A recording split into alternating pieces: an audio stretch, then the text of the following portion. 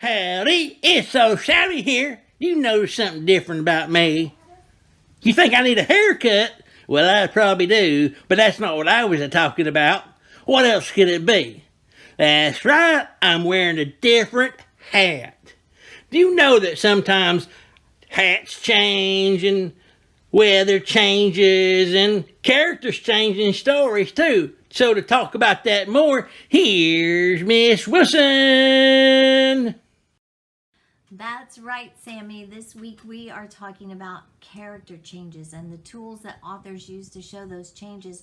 But before we get into our benchmark lesson, I want to tell you what you're in store for this week with our virtual learning for week 6. We have our word study. We've got this routine down. We have our word study, pages 32, 33, and 34, building our automaticity. You're going to recognize those Latin roots like miss and agree and duct and man.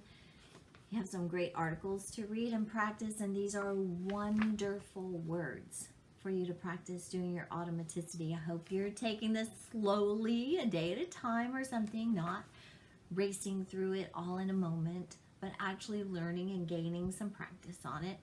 We have a root to look at this week. It's PED, P-E-D, pedestal, pedal on your bike. So with that, what do you think ped means? All right, I'm gonna let you find that one out. But hint, I'll have a chart at the end of the video just in case you need to check and see. We've finished all 20 weeks of Caesars. Bravo, fantastic. Thank you for sticking with that. I'm so proud of you doing that.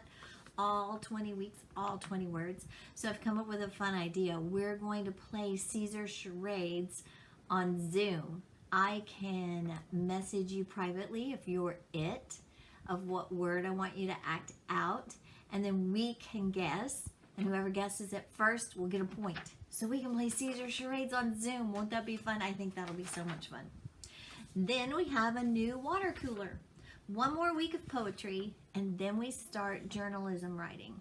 First-hand accounts and putting together news articles, columns, interest columns, for sale columns, a lot like the Nextdoor app, a lot like blogging in a way, photojournalism. It'll be a lot of fun. All kinds of articles where you can interview people, you can do all kinds of things, but we'll get into that next week. But this is our last week of poetry, and this week they want us to write poems of our own.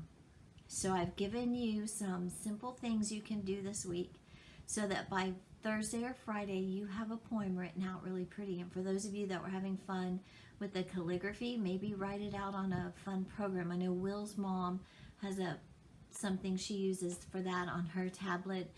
I've downloaded Procreate to play with it on mine, and I used that Explain Everything 7-day trial. Anyway, but the main thing is that you publish a piece of poetry for us and share with us.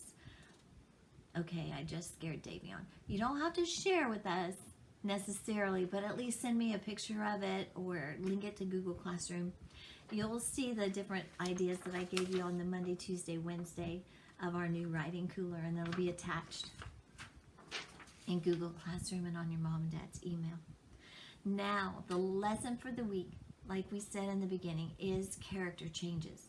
And I've heard a long time, I've heard ever since I've been an adult, change is the only constant. Okay, what does constant mean? Okay, your little brother is constantly annoying you. I constantly annoyed my big sister. I was constantly asking Mr. Wilson to do something. I was constantly asking you to pick up your pencils off the floor. I was constantly asking you to fix your chair abuse. I was constantly asking you to not talk so much at the puzzle table. No, I'm just playing. But those are my examples of constant. So it means it's happening all the time. Change is happening all the time. That's what Sammy just talked about in our opener. Change is happening all the time. Authors use changes in characters to make them more relatable to develop their storyline, to help us learn more about the character, to understand them, maybe even to relate to them more.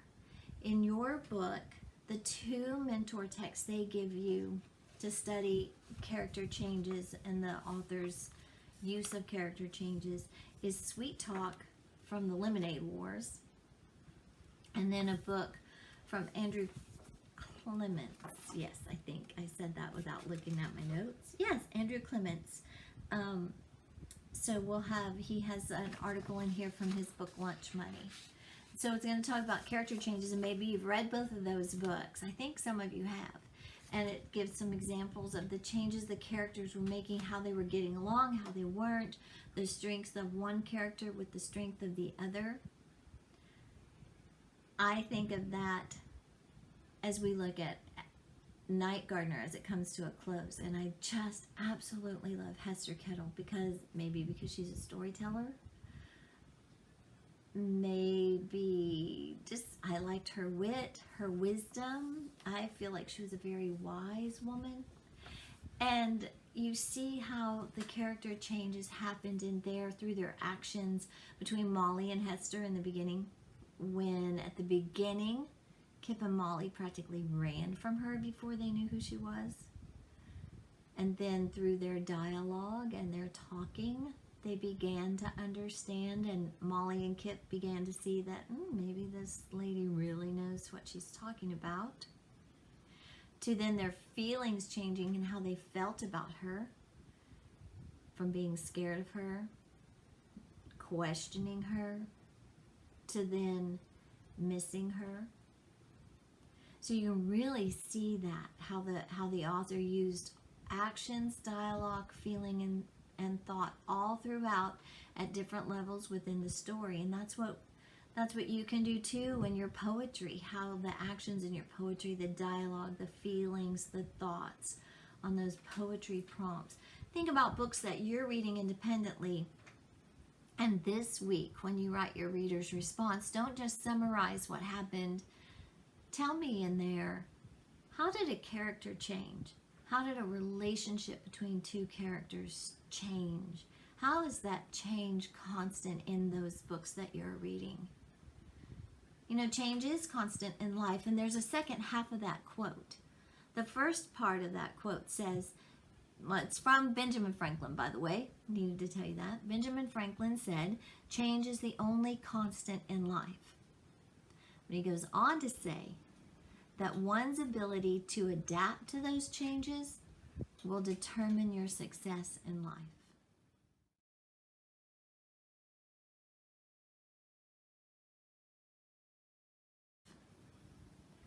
Wow, one's ability to adapt to those changes will determine your success in life. Well, I don't know about you, but I've had to adapt to a lot of changes since March 11th when y'all were in the cafeteria and we got word that we were about to be out early for school.